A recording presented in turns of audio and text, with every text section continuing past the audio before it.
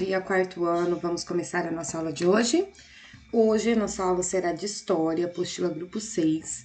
E vocês vão pegar a apostila grupo 6 e colocar na página 382. O que a gente sabe da história do Brasil? O Brasil era um país ocupado por índios, que foi descoberto pelos portugueses, que dominaram o nosso país, transformando em uma colônia. O que significa ser colônia?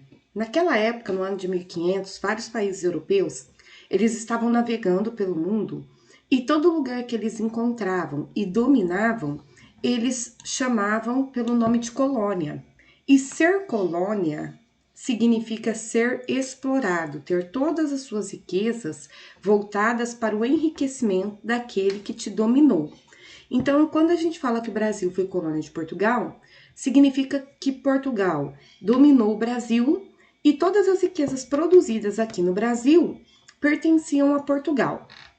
Mas especialmente na aula de hoje, a gente vai estudar como foi que o Brasil deixou de ser um país indígena, com tribos e aldeias indígenas, e começou a ter as primeiras vilas que vieram a se tornar cidades, grandes cidades, como por exemplo São Paulo, Rio de Janeiro, Salvador e Recife, ok? Então vamos lá.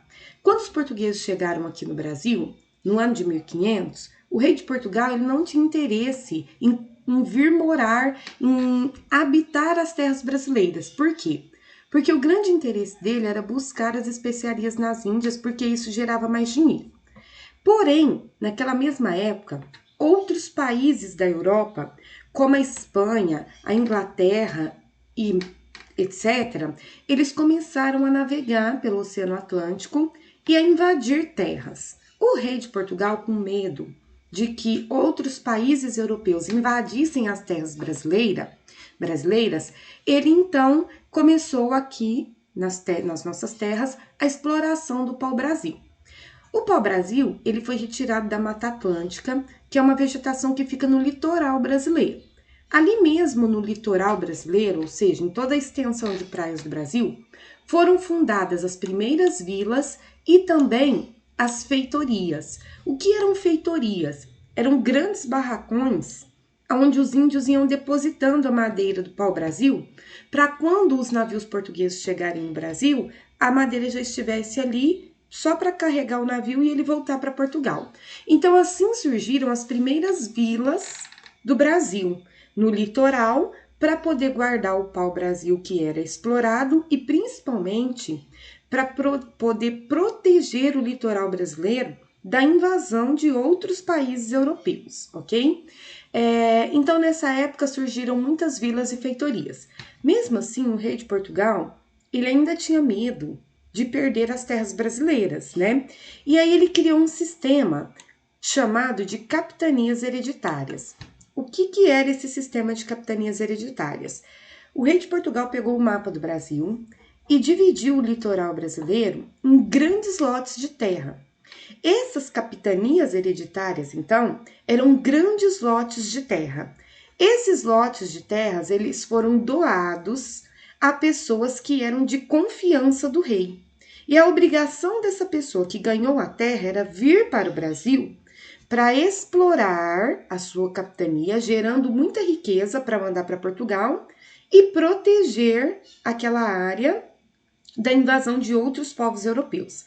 Além disso, também era obrigação dessas pessoas que ganharam as capitanias organizar expedições, grupos de pessoas que fossem adentrar o interior do Brasil, ou seja, que entrassem para dentro do Brasil para explorar o que existia no interior do nosso território, porque até então, até esse momento da história, os portugueses, eles não entravam no interior do Brasil porque eles tinham medo, já que a floresta era muito densa e os índios no meio da floresta, eles atacavam os portugueses e os portugueses ficavam sem defesa. Por quê? Porque eles não conheciam a floresta. Então foi através do sistema de capitanias hereditárias que o rei de Portugal efetivamente começou a colonizar o Brasil, ou seja, povoar e desenvolver o Brasil. Nessa época, com a fundação das capitanias hereditárias, a primeira capitania hereditária que foi fundada no Brasil e que prosperou foi a capitania de São Vicente, fundada por Martim Afonso de Souza e que ficou muito rica devido à produção de cana-de-açúcar, ok? Em seguida, outras vilas também prosperaram, como a Vila de Santos, de Olinda, Igaraçu, Recife, Conceição e Porto Seguro. Nessa época, todas essas vilas que foram sendo fundadas, a base da economia delas era a extração do pau-brasil e também o plantio da cana-de-açúcar, ok?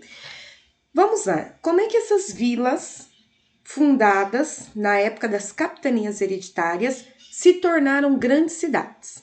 Essas vilas, elas se tornaram grandes cidades a partir do crescimento da economia brasileira com a exploração do pau-brasil, mas principalmente com a produção de açúcar através da cana-de-açúcar. Então, olha aqui, as vilas que se tornaram grandes cidades: Rio de Janeiro, Salvador, Recife, Santos e São Paulo. Essas 5 cidades que eu acabei de falar para vocês agora são grandes cidades brasileiras até hoje. E elas surgiram nesse período das capitanias hereditárias. Elas foram fundadas como pequenas vilas e graças ao desenvolvimento econômico, ora gerado pela cana-de-açúcar, mais tarde pelo café, elas se tornaram grandes cidades até hoje. Uma das primeiras cidades foi a cidade de Salvador, que foi uma vila fundada por Tomé de Souza. A cidade de Salvador ela foi construída nos modelos europeus medievais. Então, ela tinha casas de modelo europeu e ela era toda cercada por muros para impedir a invasão. Salvador tornou-se a primeira capital do Brasil. Depois de Salvador, a segunda cidade brasileira que prosperou foi São Sebastião do Rio de Janeiro, ou somente Rio de Janeiro, como a gente conhece hoje.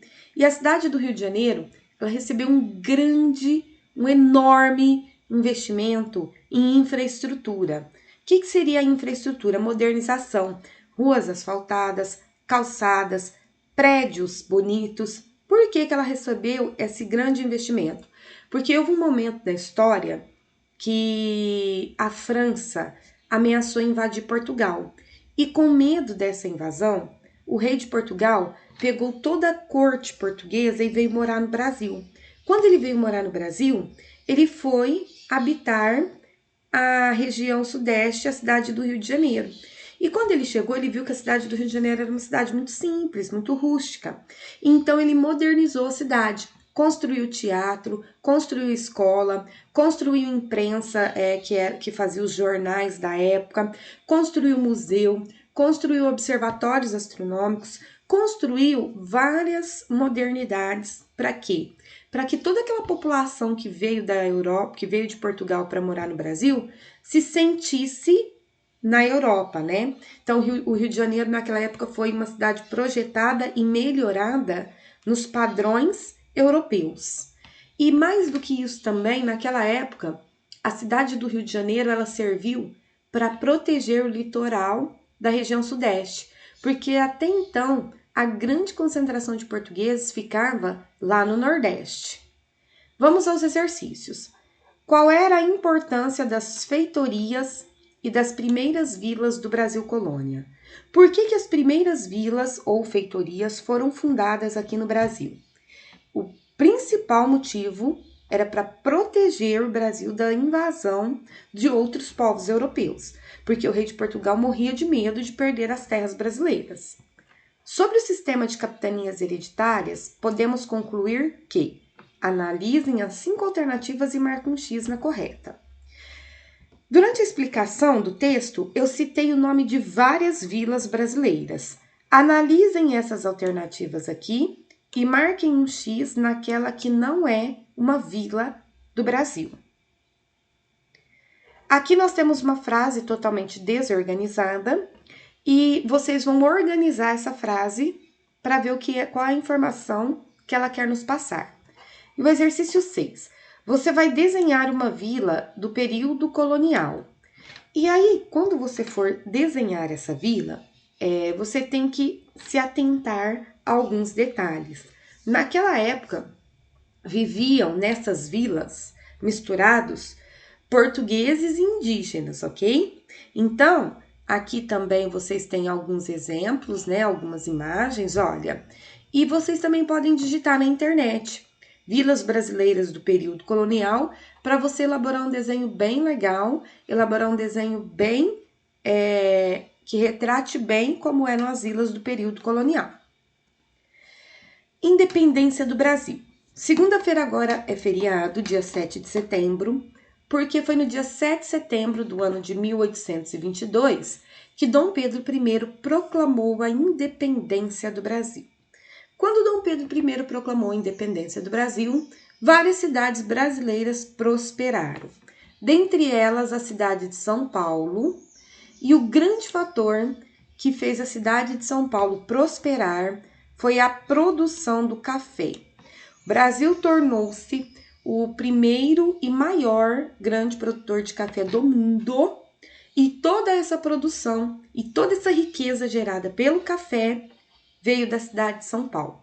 E também foi às margens do riacho Ipiranga, que fica também no estado de São Paulo, que Dom Pedro proclamou a independência do Brasil. Então, assim, a grande prosperação econômica do estado de São Paulo, da cidade de São Paulo, desculpa, ela veio do café. Em seguida, Salvador. Salvador já foi a primeira cidade brasileira a prosperar. E no período da independência do Brasil, pós-independência do Brasil, Salvador também continuou prosperando, já que ainda produzia muito açúcar, né? Produzia muita cana de açúcar para a produção de açúcar. É importante a gente lembrar que na época da cana de açúcar, quem trabalhava na produção desse açúcar eram os escravos. E esses escravos, então, a maior parte deles que vieram da África, eles foram para Salvador, nas grandes lavouras.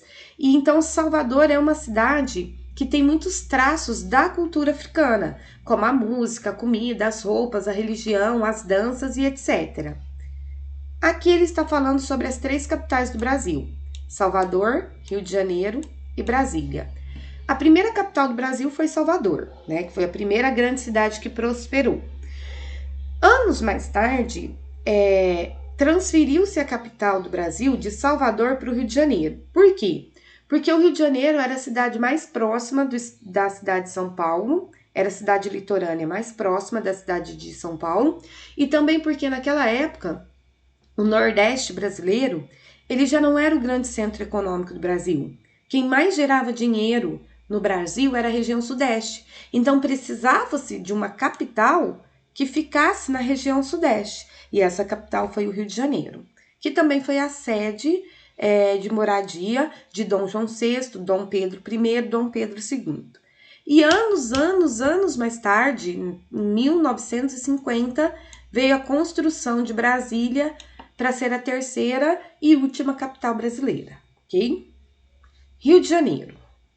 Aqui eu já falei para vocês, no primeiro capítulo, por que a cidade do Rio de Janeiro prosperou, né? Ela recebeu grandes investimentos em infraestrutura para que ela pudesse se parecer ao máximo com uma cidade europeia, porque foi para o Rio de Janeiro que Dom João VI, mas toda a corte portuguesa, mudou-se quando Napoleão Bonaparte ameaçou invadir Portugal. Então, por isso que o Rio de Janeiro desenvolveu-se e tornou-se uma grande cidade brasileira. Gente, sobre a vinda da família real para o Brasil. Quando Dom João VI fugiu de Portugal para morar no Brasil, ele trouxe aproximadamente 15 mil pessoas com ele, né? Funcionários do palácio, nobres que viviam em Portugal e etc.